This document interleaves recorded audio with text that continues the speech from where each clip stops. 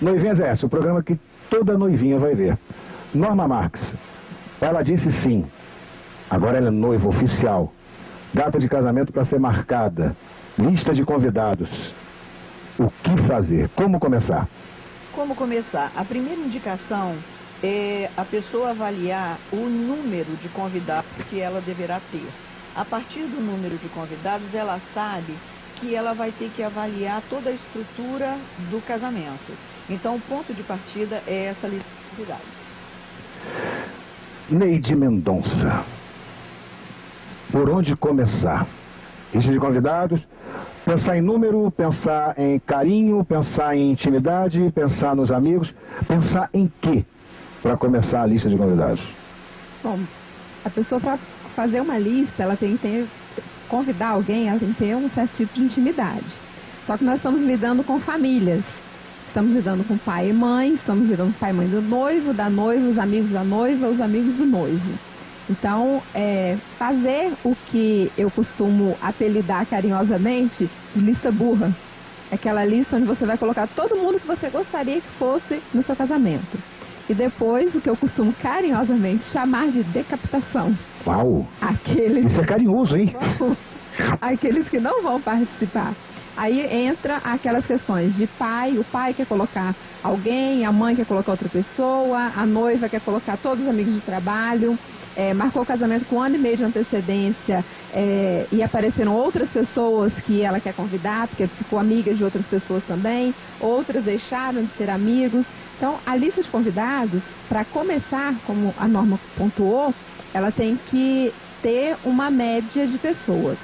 Até mesmo para poder saber quanto você vai investir nesse casamento, quantas pessoas são, que espaço que vai abarcar isso.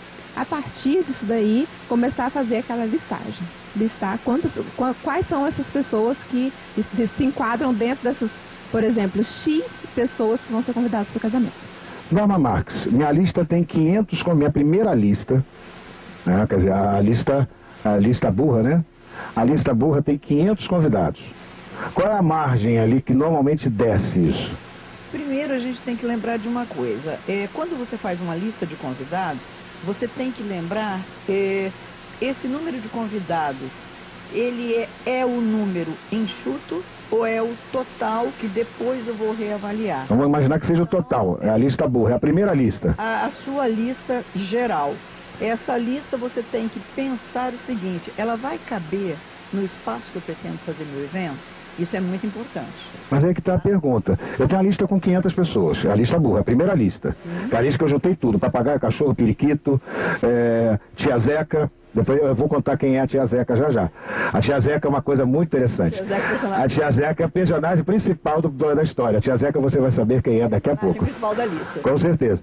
Tá todo mundo. Qual o percentual que eu tiro? 30, 20, 40, 50? Não se fala exatamente em percentual. O que você faz? Você tem que fazer uma avaliação muito séria. É tirar o coração da história. Você vai avaliar isso tirando o coração da história.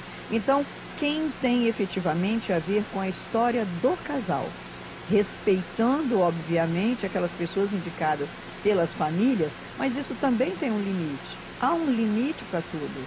Então, quem são as pessoas mais próximas de papai, mamãe, do sogro, da sogra, mas também quem acompanhou nossa história, quem tem a ver com a nossa história, quem efetivamente tem que fazer parte desse nosso grande dia, desse dia que é pessoal, familiar, muito íntimo. Então, vale a pena?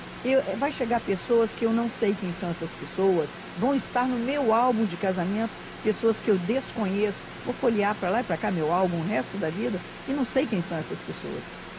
Tem que estar ali? Ou é a pergunta que você tem que se fazer várias vezes. E lembre que a lista de casamento, ela vai definir todos os serviços. Então, você tem que ser muito maduro, muito consciente, tirar o coração da história e fazer essa lista com um pouquinho mais de frieza, digamos assim. Então, vamos lá. Primeira coisa, a lista de casamento te diz quantos, resumindo, quantos garçons, sim, quantos salgados, quantas cervejas, quantos vinhos, quantos prosecco. Cabe em qual cerimonial? Cabe em que lugar, né? Cabe na casa da tia de campo. Quero fazer meu casamento numa capelinha. E aí, meus convidados? Não adianta a pessoa argumentar que nem todo mundo irá à igreja. Então, é muito desagradável os convidados chegarem até lá e ficarem fora da igreja. Ou em pé, né? Exatamente. Quando você convida, você tem que oferecer condições adequadas para receber essas pessoas.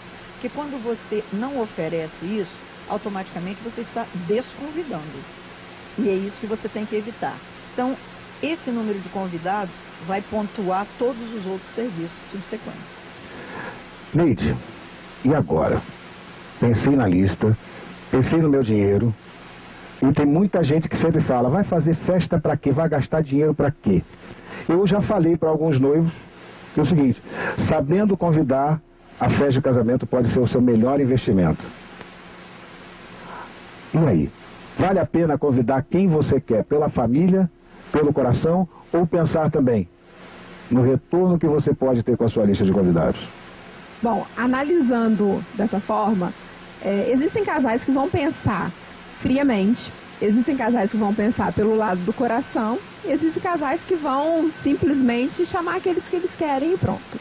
Então, assim, vai muito do perfil do casal. Eu não posso, como cerimonialista, chegar para ele e falar assim, não, você vai colocar X pessoas na sua festa. Mas o que você pode fazer é direcionar, né? Sugerir. Exatamente, que eu vou sugerir. A minha festa, Neide, vai ter 500 pessoas. Tá, quanto você tem para investir na sua festa?